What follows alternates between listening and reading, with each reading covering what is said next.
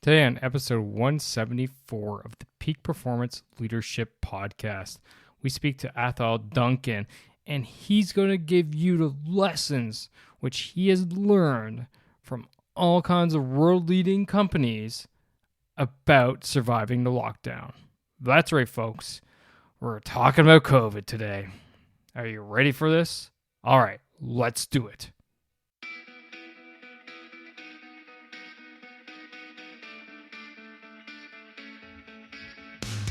Welcome one, welcome all to the Peak Performance Leadership Podcast, a weekly podcast series dedicated to helping you hit peak performance across the three domains of leadership.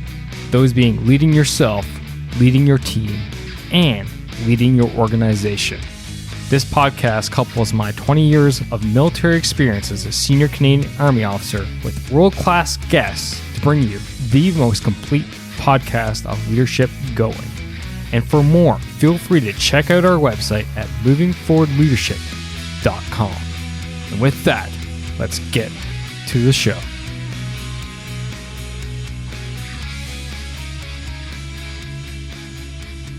Yes, ladies and gentlemen, welcome to yet another episode of the Peak Performance Leadership Podcast. As I said in the intro, it is your Chief Leadership Officer, Scott McCarthy. It is so great to have you here. And today on the show, we're talking about something you probably don't want to hear about, but we have to talk about it. And that is surviving the COVID-19 pandemic. And I recall just recently at work talking about this. And as we prepare to come out of this, my statement was clear. We cannot forget what we've learned coming through this thing as we come out of it, because it would do us a disservice. And this episode is timely in that that's what we're talking about. We're talking about how you and your company and your organization can survive this pandemic and come out of it stronger. With Atholl on the show today, essentially what he did was reached out to 28 world companies, organizations, corporations, and sucked them dry for information on how they were adapting, how they were pivoting, most importantly, how they were surviving the COVID-19 lockdowns across the globe. Many people think we're at the end. Many others think we're probably in the middle. We don't know where we are. But you as a leader, you need to be ready for this. And that's why Atholl is on the show today. We talk about failures the businesses were making during the beginning of the lockdown, how leaders got out of their whole 7 different themes that came out of his research, how senior leaders were able to remain resilient throughout the crisis, and how businesses have strengthened their teams throughout the crisis, amongst many other topics. These topics are crucial for you to understand, no matter it's a pandemic crisis or a financial crisis. The theme is still the same in that it's going to help you manage your stress, keep a clear conscience and head, and most importantly, lead to success. That is peak performing right there. So that is enough for me. So why don't you sit back, relax, and enjoy my conversation about lessons from leaders in lockdown with Atholl Duncan.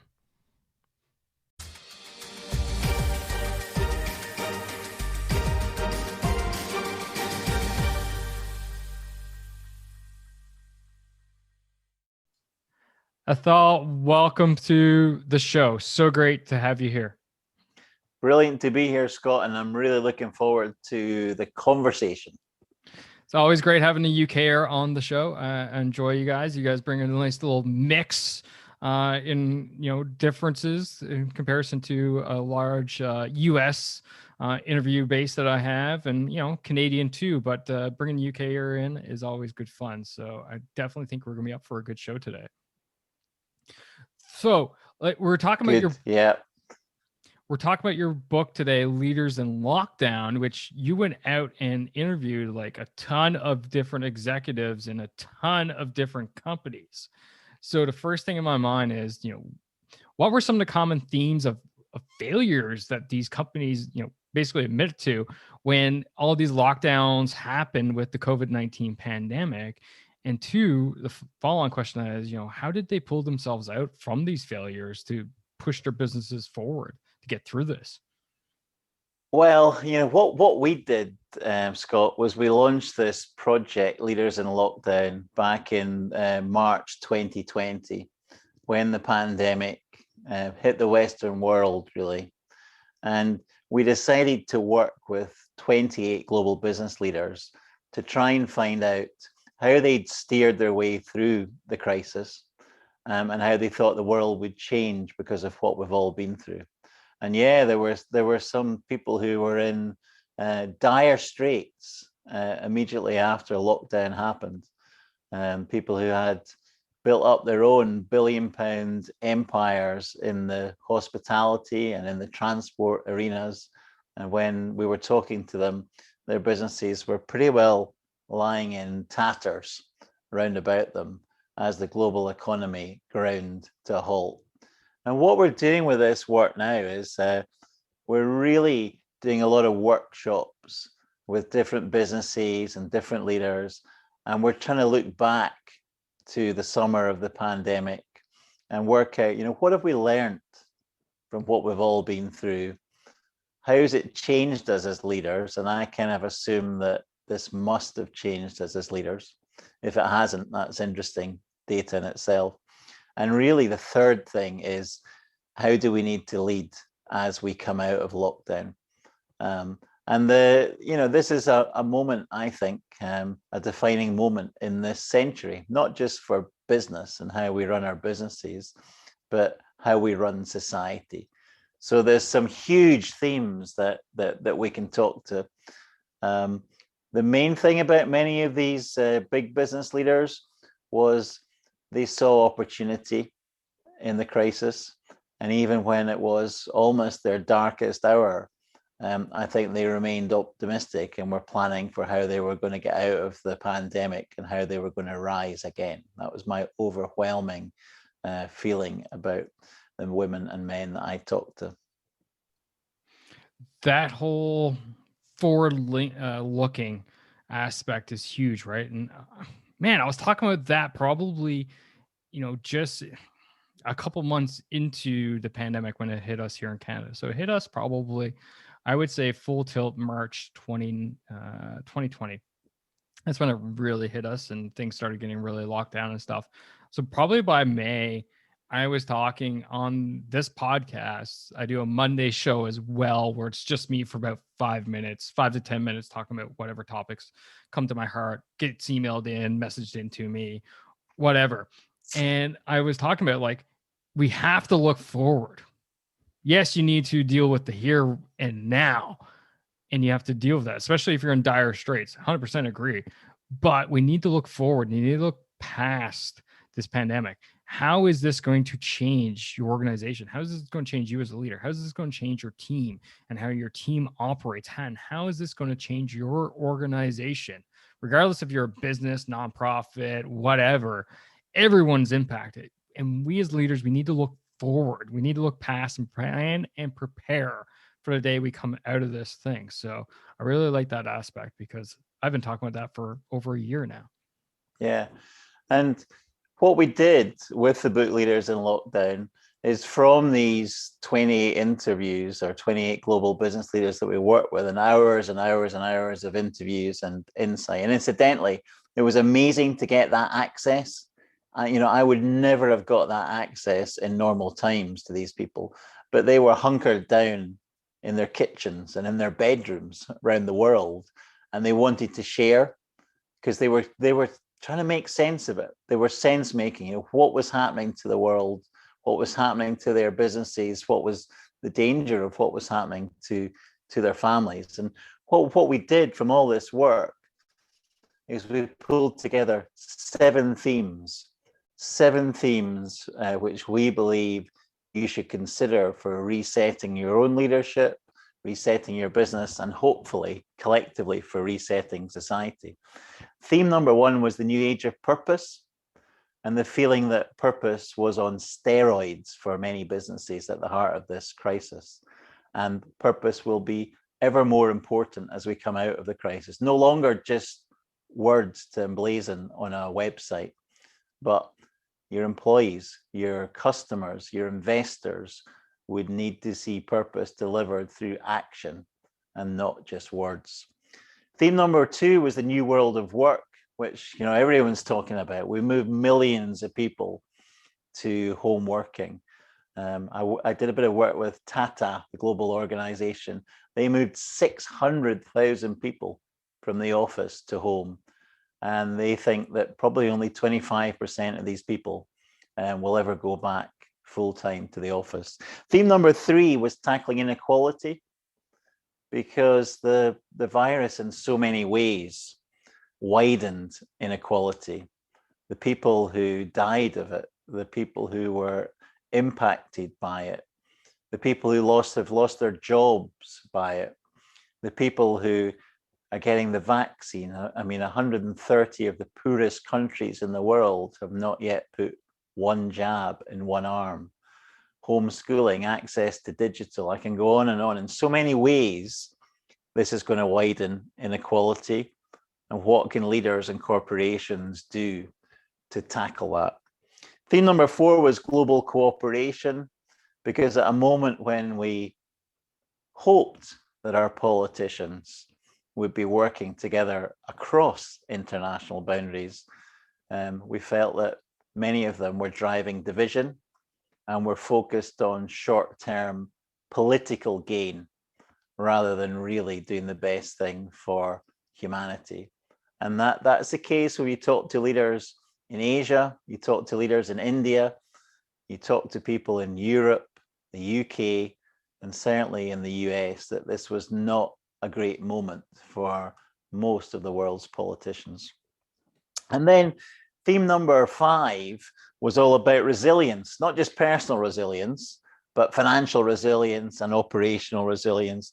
Theme number six was resetting the supply chain, because when the borders were closed, the ability to move supplies, goods, parts, and our manufacturing operations in many circumstances just ground to a halt. And then theme number seven, the final theme, which is probably right in our sweet spot, and we call maximizing potential. How did we lead in this crisis? How can we lead these remote teams, these hybrid teams, the focus on mental welfare and on physical welfare? The importance of having a coach or a mentor or a critical friend. So much really to talk about across those seven themes. But take a look at the seven themes, question yourself about where you are against them, where your business is against them, and how can you as a leader contribute to shifting some of these themes in the future for the betterment of society as a whole. Those are awesome. And there's so much in there that strikes a chord with my mission here at the Moving Forward Leadership, the business, and the Peak Performance Leadership podcast, which is what we're speaking on right now. And I talk about three domains of leadership, and that is leading yourself, leading your team, and leading your organization. And each one of those is hit hard there in all of those, I feel like. So I kind of want to dive into a little bit of all three from those seven themes. And on leading yourself, what came out from the leaders and the resilience aspect? I can only imagine the stress and strain that was on them, especially these large multinational organizations. And you're talking about inequality and all this other things and different rules, different stages of lockdown, et cetera, et cetera. How were they able to remain resilient through this whole thing from your research?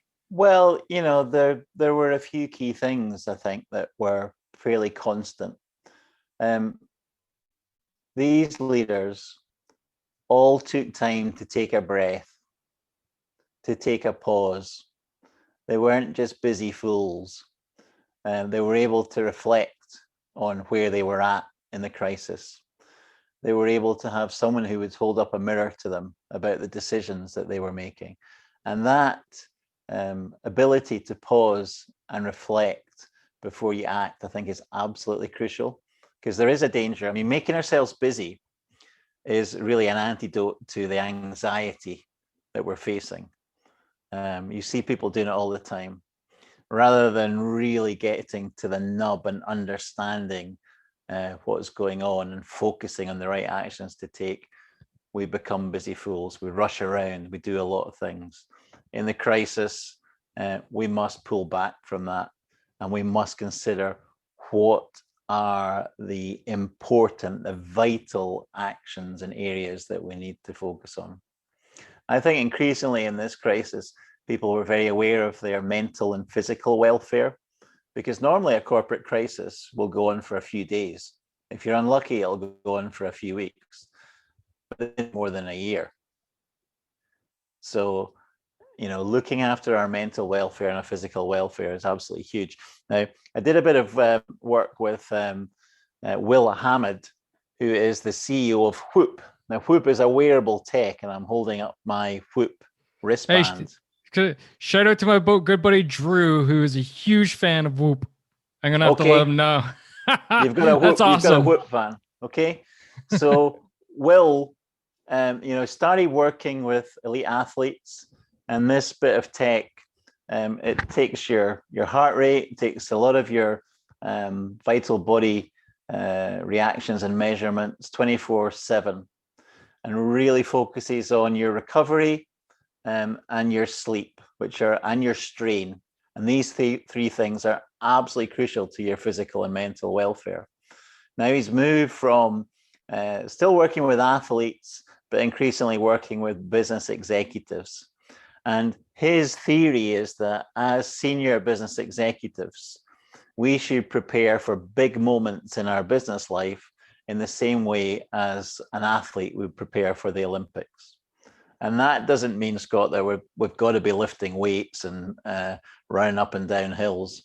But it does mean that we need to consider, how are we mentally and physically preparing for our earnings call, for our all staff meeting, for the big strategic decisions that we're going to make, and making sure that we turn up on that day and at that moment in the best physical and mental health to make the best decisions for our business. And I think there's some huge stuff in this, because I'm a little bit older than you, but I come from a generation of business people who didn't look after themselves, who really thought that their scores on the doors were decided by how little sleep they could get, how much travel they could do, how much alcohol they could drink and still operate the following day. Well, in this crisis, these are all false things to do, and they just lead to bad decisions and bad results for your company. So I think there's a lot in Whoop. Tell your friend there's a lot in Whoop, and there, let's just be clear, there are many other similar devices available. But the principles of this stuff, I think, is really important going forward. I'm like frothing at the mouth here of everything you just talked about, because I'm like, yes, it's so true. Like, we as leaders need to be at our peak performance, just like you said, to be able to make the best decisions possible at the moment. And if you're not getting enough sleep, if you are grinding to all hours of the night, if you're, basically self-medicating with alcohol, if you're not physically exercising, relieve stress, et cetera, et cetera, et cetera, do you think you're at the top of your game? Do you think you're at your peak performance? Hell's no. And I just love that whole ideology that the CEO of Whoop there, your friend, is going with, because it is absolutely true. Maybe I don't need to be able to sprint 100 meters in 9.3 seconds for the gold medal, but I need to be able to do that exact same thing in my context, which is being able to make the best Absolutely. decisions possible and having an understanding of the situation that's in front of me and being able to decide if I need to decide right now, or I can delay, or if I need a bit of information, or I can continue with what I have, et cetera, et cetera, et cetera. So yes, we do need to be at the top of our game, and that's a fantastic, that's a fantastic use of piece of technology. And yeah, my buddy Drew is a huge fan of Whoop. He talks about it all the time, and in a little mastermind that we have that I run, and he's one of my team members. So we have a call tomorrow night. I'll be sure to mention this to him tomorrow night. Mention it. The other thing I would mention on resilience is when you have the big crisis, too often the big leaders want to hold on to it, be in charge 24/7, right? Maybe that works if the crisis is short. It doesn't work when the crisis is this period of time. So I think you see a lot of leaders who've been putting in A teams, B teams, and even C teams. So the A team is dealing with it for a while, and then they're off. They're recovering. The B team comes in. You must let go of command. It's often a very good opportunity to blood some of your young talent who are extremely capable. Give them the chance in this crisis to show what they're made of. And I think a lot of organizations have used that quite effectively. Those who haven't have seen their A teams becoming burnt out. And a friend of mine who is a very, very senior policeman has always said to me that you make really good decisions in the first phase of the crisis. When you make the mistakes is phase 2. Once the adrenaline has worn off and you're tired, that's when you make errors that you regret. And before you get to that point, you need to be moving your B team in. That's a great segue right there to domain 2, which is leading your team. So I think you've definitely answered a little bit of the mail, but I definitely want to dive into this a bit more in leading our teams and what have been some of the best practices for leading our teams and throughout this crisis, because you hinted at it, like some organizations have done it well and others have not. And you're right, during a crisis, and I definitely see this in my world, where command and control is tightened right up to the top level, and all the subordinate leaders are basically feel like they're hand tied, because the senior commander is going to be the one to make all the decisions. I'm not going to sit here and say that's right or wrong, public on a podcast. Feel free to talk to me offline, and I'll give you my personal opinions. But we see that in the business world as well. We see that in nonprofits as well, where leaders, grip down and say, in this time, I'm the one, because they're fearful of the consequences of bad decisions from their team members. But the reality, in my point of view, is that this is where you actually need to lean on your team even harder, because they're the ones that are going to be coming up with great solutions to your problems. So let's just make a little bit of a differentiation here. I can absolutely see in life and death situations. Oh, yes, for sure. Command and control is quite important. If somebody's going to shoot you, or somebody's going to blow you up, you'll be very grateful that people have command and control to try and prevent that and to keep you safe. But what we've seen in this crisis is what one of the leaders in lockdown described to me as the end of the Superman leadership, the end of the era of Superman leadership. And I think you've seen a more effective leadership in the corporate world, which has been the empathetic, the empowering, and the listening leader. And I think we see many, many examples of this, because this was truly a moment where people not just feared for their businesses actually were often the least important worry. People feared for their families' lives. People feared for their friends' lives. People feared for their own lives. People were dealing with, in many parts of the world, were dealing with the deaths of friends and colleagues. And, I did a bit of work with the executive chairman of the UK's largest care home company, which is called HC1 Care Homes. And that put it into perspective for me. So I spent the crisis doing this Leaders in Lockdown project. I was executive coaching a number of chief executives and senior executives to try and help them through the crisis. And I was trying to keep the businesses that I'm involved in afloat to see them through. But this gentleman running this care home company, 1,000 of his residents died in the first period of lockdown in the UK, and that was 100 days. So 1,000 people died, and that included several of his colleagues. Now, it's pretty humbling to see how that gentleman led his business. And his overarching two comments that he made to me was that it proved, if you want to prove you're a good leader, leadership is about what you do in the bad times, not what you do in the good times. And his second point was that he'd seen leadership at every level in his organization. Leadership wasn't the people who had the title. Leadership came from the people in the kitchens, the people at reception, who every day went above and beyond the call of duty and were putting their own lives and their families' lives in danger to help others. So there's some pretty humbling stuff in there about leadership and team leadership, but no doubt about it, the empathetic leader worked best through this crisis. And now, as we come out of it, is this the end of command and control?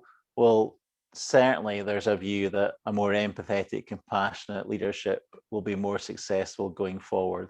And the question there is, what works best with your hybrid, your remote team? You have to empower more.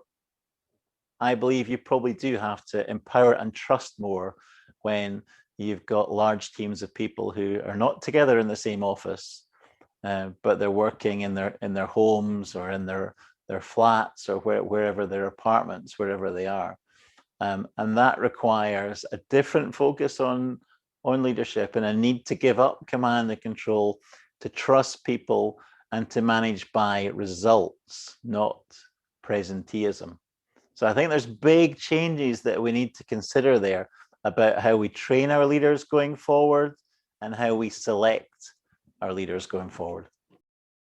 The top is the loneliest place. Colin Powell said that once.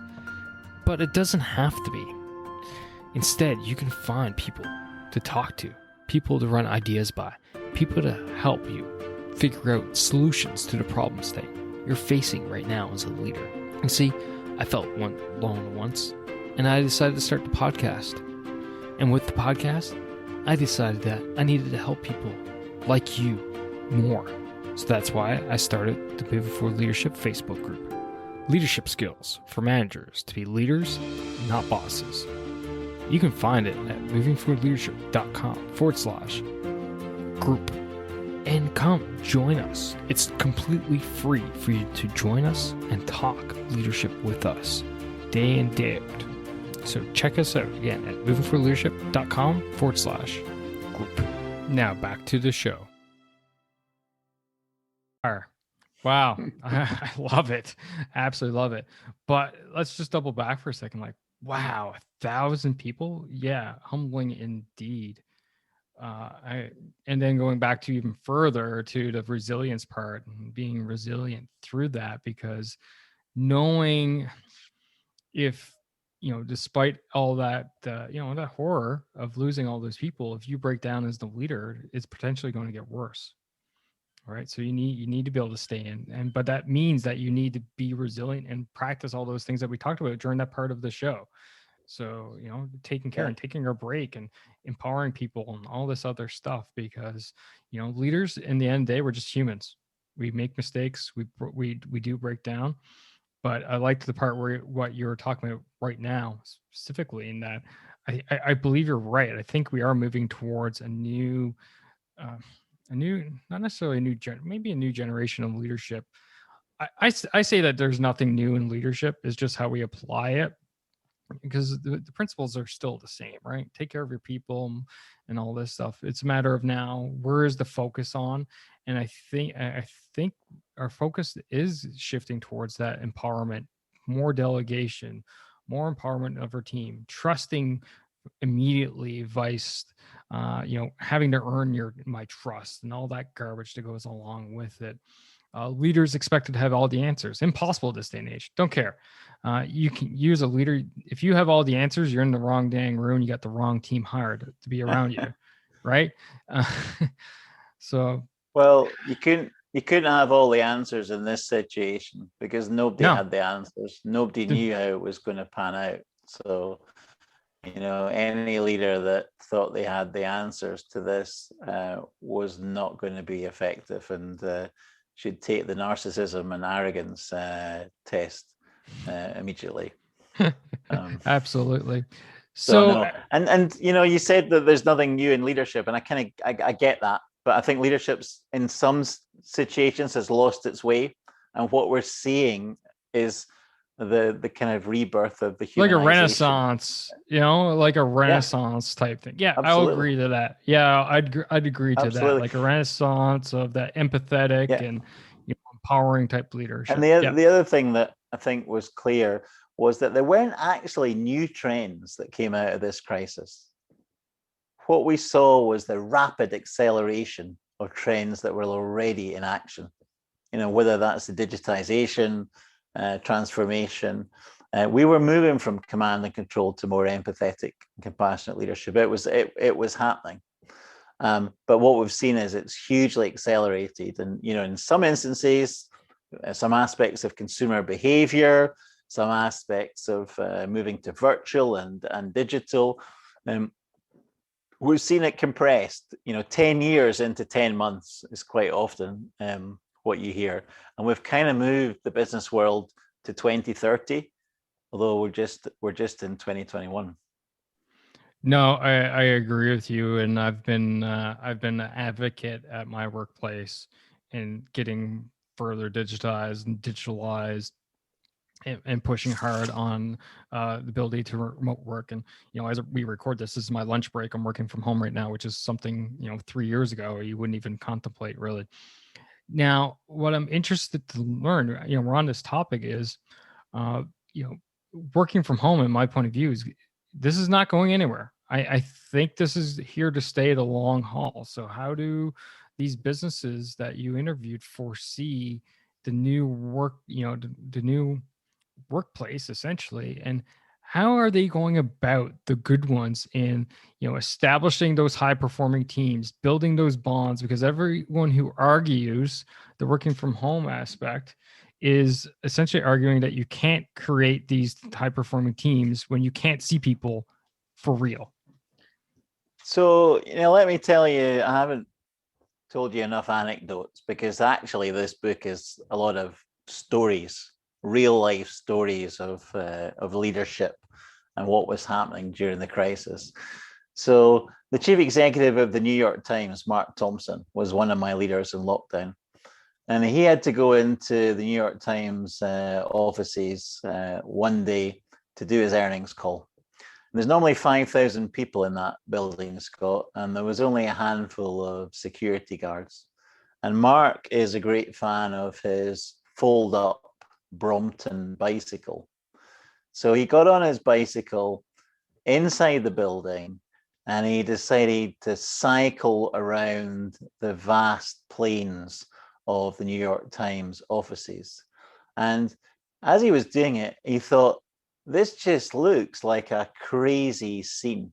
He said it was like an empty milking parlor. And he had this vision of these people commuting into Manhattan, stressed, crushed together, uncomfortable, into the office, and they plug themselves in like the cows in the milking parlor, and they try and be creative for a few hours, and then they go home and they do it again the next day. And he thought, this is crazy. My people are being much more creative at the moment than they were in their previous existence. And he thought, should I sell my skyscraper? And he decided, I'm not going to sell the skyscraper, but we need to completely reimagine the relationship between workers and the workplace. And I think that was repeated a lot. We featured George Hong Choi, who is the chief executive of one of Asia's largest real estate asset managers. So huge owners of shopping malls and offices in Hong Kong and China. And he wondered, not immediately, but over time, could we see the death of the central business district? And instead of people doing these terrible commutes, do we end up with satellite offices nearer to where our employees live? And smaller buildings where people go to meet their colleagues or people go to meet their clients. And we stop this death by commute that we've all been suffering for so many years. So the workplace is going to be totally reimagined. My other offering on that, Scott, is that where we are now in lockdown in many parts of the world is not where we're going to be in a few months' time. And we've not yet invented the hybrid working, the flexible working. And that's kind of where a lot of organizations are going to go back to. 2 days in the office, 3 days at home, or 3 days in the office, 2 days at home, depending on what your role is. What does that look like? How do we motivate, inspire, train, and lead people in that new world? And nobody's worked that out yet. How do we deal with isolation? How do we deal with loneliness? How do we deal with people who aren't fortunate enough to have, you look like you've got quite a comfortable office set up there. How do we deal with people who are not lucky enough to have that? People who are in dysfunctional homes, people who are in homes of multiple occupancy. How does this make the world unequal for them? What does it do to their chances of succeeding in life at a time that inequality is widening and growing in so many ways? So there's a lot of questions to be answered about the new world of work. There's a lot of opportunity in it. We're not going to travel as much. We're not going to travel for transactional. We're going to travel when we need to build relationships, when we need to convince people that they can trust us and we can trust them. So there's a lot of thinking to be done yet, and where we are now is not where we're going to be in 3 or 4 months' time. That's a great way to wrap all that up in just a few words. Is exactly that. Where we're at now is definitely not where we're going to be in the future, and definitely will echo your points that there is a lot of thinking to be done. There are still many more questions to be answered, and probably even more questions to be found to be answered. Yeah. I don't think we've figured out all the questions yet. And things to consider, like you said, the ones that are in those disruptive homes, those people who don't necessarily have an a dedicated office like I do. How do we go about helping them out or getting them set up so that they are comfortable? Because people aren't comfortable, they're not effective, they don't hit their peak performance. And that's not what we want. We want our teams hitting their peak performance. We want them at those top levels and operating. And that includes taking all these things that you mentioned into consideration so that they feel inspired and motivated and they know that they're safe and that their team has their back and they care about them. And if they have something going on at home, they can take that hour or two or maybe day or half day or whatever need be to sort that stuff out. Especially right now, like I got a 5 and 2-year-old at home. like, and I'm trying to help school my 5-year-old and still work my job and everything else that's going on. It's definitely stressful at times, but I know I have the flexibility. So there's so many more questions to be answered for sure, definitely. And that adds so much stress and strain and complexity for people that are bringing up young families. But some of the stuff that I've seen around about that is really humanizing as well. One of the businesses that I work in, the marketing director had a child just before COVID, had a little girl, and she joined all our calls with the baby, and we've seen the baby grow up over the last, and we've set up the baby is a very important feature of many of our meetings now. And she took her first steps the other day, and we all celebrated as she took her first steps. So this is not something that you could have ever imagined would have happened in corporate life before this crisis came along, and it humanizes all of us. The complex bit about it is it blurs the line between home life and work life, and as one person said to me, it feels like I'm living at work rather than working from home. Yeah, definitely. And that's maybe one of the biggest questions ahead is, what are those boundaries? How do we go about setting those boundaries? And I would suggest that's not a new question. Like, we should have figured that out a bit more. Like, when the advent of the smartphone came out, and email, constant email and text messaging went through the roof, and instant messaging through data, et cetera, as all this kept expanding, these were all questions, legal questions, like, at what point are you on the clock? What point are you not on the clock? Uh, and honestly, I think this is truly just a derivative of that. Even we should be in a better situation, but maybe something that you said earlier is even coming true, in that now we're being forced to deal with it, whereas before it was just one of those things that kind of lingered around. But now we definitely are being forced to define what those boundaries are, so that Yeah, people don't feel like they're living at work, but yeah, absolutely. working from And home. a couple of practical things that I can recommend here that I've seen some of our clients do is create a playbook. Don't leave it for people to guess what they are allowed to do and what they're not allowed to do. You, as the leaders, get your employees, don't do it yourself, get your employees to create a playbook which sets down what the accepted practices are in terms of emails on, emails off, meetings on, meetings off, taking breaks, going for walks, looking after your kids, taking your kids to the doctor when you're not working, when you are working, all that kind of thing. Lay it out in a playbook, and it makes it nice and clear for people if you do that. And the other thing that we've come across very recently with one of our clients, which I think is brilliant, is people are getting very burnt out by Zoom, Zoom, Zoom, Zoom, Zoom all day, hour after hour after hour. And this simple thing is, why do we do so many meetings that are an hour long? So just stop it and schedule 10-minute meetings, 25-minute meetings, and 50-minute meetings. Never schedule another 1 hour meeting again. And then you're going to get time in between. You're going to get time to take a note. You're going to get time to pause and think. You're going to get time to, go and make yourself a cup of tea, or just reflect. Because we were so delighted, and I was delighted that I didn't need to travel as much. But as the crisis went on, I started to realize that a lot of my pause and reflect time was when I was on the train, or I was on the plane, or I was in the car. And that had been stripped away, and I didn't have any pause and reflect time. And it's really, really important.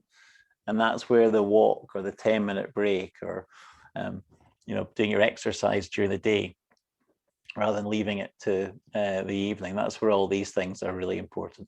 But get a playbook and show trust in your team and trust in your employees. Get them to create the playbook. You might be really surprised with what they come up with. Empower your employees to come up with the playbook for the new world of work.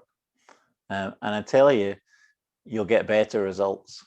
Your results will improve by empowering and allowing your employees and your colleagues to have control over what their working life is going to be like in the future. Oh, that's such a great tip. And yeah, definitely going to recommend that one for sure. So this has been a fantastic conversation, and we could keep going for all day. I could just feel it. But unfortunately, I do want to respect your time. So I'm going to wrap up here. But before we wrap up, I got a couple last questions for you. And the first one being a question I ask all the guests here at the Peak Performance Leadership Podcast. As according to Atholl Duncan, what makes a great leader? What makes a great leader? Well, I have 7 things that I work with here, and I'll do them really quickly. You got to look like a leader, and that's not physically. It's the way you act, think, and feel. You've got to show empathy, empowerment, emotional intelligence. You've got to show awareness, and you notice this spells the words leading. You've got to deliver. You've got to be impactful in your communication, which is the I. You've got to nurture the people around about you, and you've got to be a game changer. And that spells the word leading. Looking like a leader, empathetic, awareness, delivery, impact, nurturing, and game changing. You master these 7 things, you look like a great leader. All the times I've asked that question, probably going on like 150 now. You're the first person who's like been prepared for it. Well done, sir. Yeah. Final question is, how can people find you? How can they follow you? How can they grab a copy of the book? It's all about you now. Okay, so the book is called Leaders in Lockdown. It's on Amazon, and it's also on Book Depository. You can find me. I chair Black Isle Group, which is a leadership, performance, and increasingly a technology company working in the UK and internationally. You can find me on my own website, which is Atholl with 2 L's, athollduncan.com.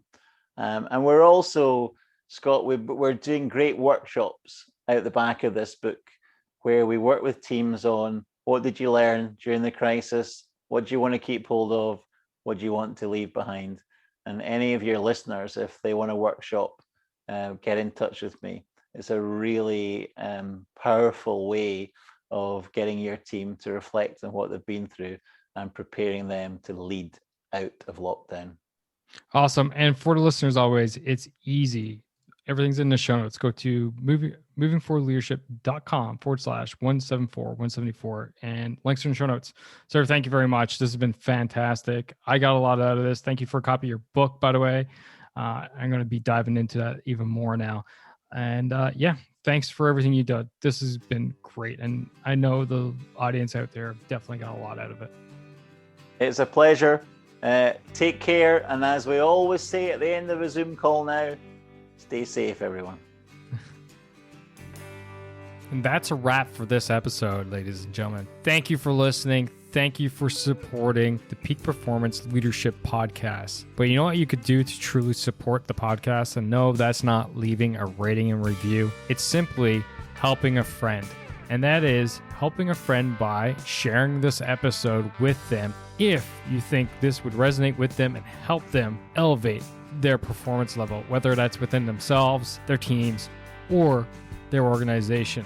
So do that. Help me, help a friend, win-win all around. And hey, you look like a great friend at the same time. So just hit that little share button on your app, and then feel free to fire this episode to anyone that you feel would benefit from it. Finally, there's always more. There's always more lessons around being the highest performing leader that you can possibly be, whether that's for yourself, your team, or your organization. So why don't you subscribe? Subscribe to the show via movingforwardleadership.com/subscribe. And until next time, lead, don't boss, and thanks for coming out. Take care now.